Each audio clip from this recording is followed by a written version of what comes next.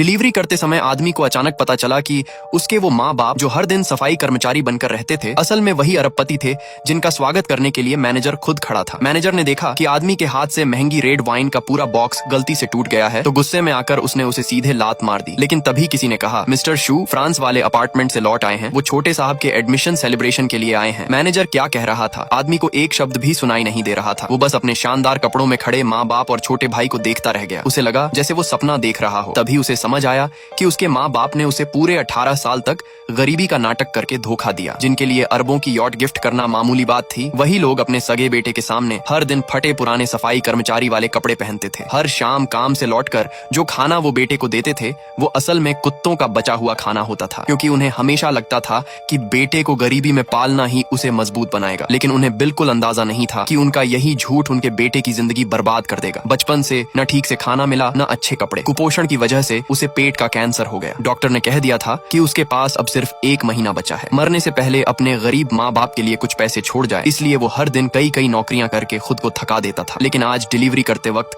उसके सामने उसके माँ बाप का सच आ गया। उस पल उसके दिल में अपने माँ बाप के लिए नफरत चरम पर पहुंच गई। भावनाओं में टूटकर उसके हाथ से महंगी शराब जमीन पर गिरकर टूट गई। मैनेजर गुस्से से चिल्लाया, तूने इतनी महंगी शराब तोड़ दी और ऊपर से ऐसे खड़ा है। वो आदमी को पकड़कर जबरदस्ती अरबपति परिवार के सामने घुटने टेकने को मजबूर करने लगा। तभी पिता बोले, छोड़ो भी, मेरा बेटा यूनिवर्सिटी में एडमिशन ले चुका है, मैं खुश हूँ। कुछ लाख की शराब ही तो टूटी है, टूटने दो। असल में उस दिन आदमी ने काम पर मास्क पहना हुआ था, इसलिए उसके अपने माँ बाप भी उसे पहचान नहीं पाए। मैनेजर ने राहत की सांस ली और जल्दी से उसे वहाँ से निकाल दिया, कहीं बाद में अरबपति परिवार उससे पैसे न मांग ले। फिर पिता गर्व से बोले, सियान ने न सिर्फ ग्रेजुएशन किया बल्कि शहर में टॉप भी किया। हमने इतने साल अपनी पहचान छिपाकर उसे गरीबी में रखकर उसे अच्छे संस्कार देकर पाला है। पिता ने फैसला किया कि वो बेटे की एक और गर्मियों तक परीक्षा लेंगे और नए सेशन की शुरुआत पर उसे एक बहुत बड़ा सरप्राइज देंगे। लेकिन उन्हें बिल्कुल नहीं पता था कि उनका बेटा अब मौत के बेहद करीब पहुंच चुका है। रात को जब वो घर लौटे तो हमेशा की तरह फिर से सफाई कर्मचारी वाले कपड़े पहन लिए। बाहर से बचा हुआ खाना पैक करवा कर लाए और बेटे के सामने रख दिया। लेकिन इस बार आदमी उन बचे हुए खाने को घूरते हुए धीरे से बोला, पापा मम्मी आप लोग खुद ये खाना क्यों नहीं खाते? माँ को उसके बदले हुए व्यवहार का एहसास नहीं हुआ। वो मुस्कुराकर बोली, पगले, हमें तकलीफ हो जाए तो क्या हुआ, घर में जो भी अच्छा है वो पहले तुम्हारे लिए है। फिर उसने अलमारी से बेहद सस्ते जूते निकाले और मुस्कुराते हुए कहा, ये तुम्हारे लिए गिफ्ट है, तुमने प्रांत में टॉप किया है ना। आदमी ने बिना किसी भाव के जूते ले लिए। कुछ देर चुप रहने के बाद उसने धीरे से कहा, माँ पापा मैं बीमार हूँ, मुझे इलाज के लिए कुछ पैसों की जरूरत है। ये पहली बार था जब उसने अपने माँ बाप से पैसे मांगे थे। लेकिन उसकी बात खत्म होते ही पालतू बेटा कमरे से बाहर आया और उल्टी सीधी बातें बनाते हुए बोला, मैंने पहले भी इसे कई लड़कियों के साथ घूमते देखा है। इतना सुनते ही माँ बाप का चेहरा बदल गया। उन्हें लगा कि बेटा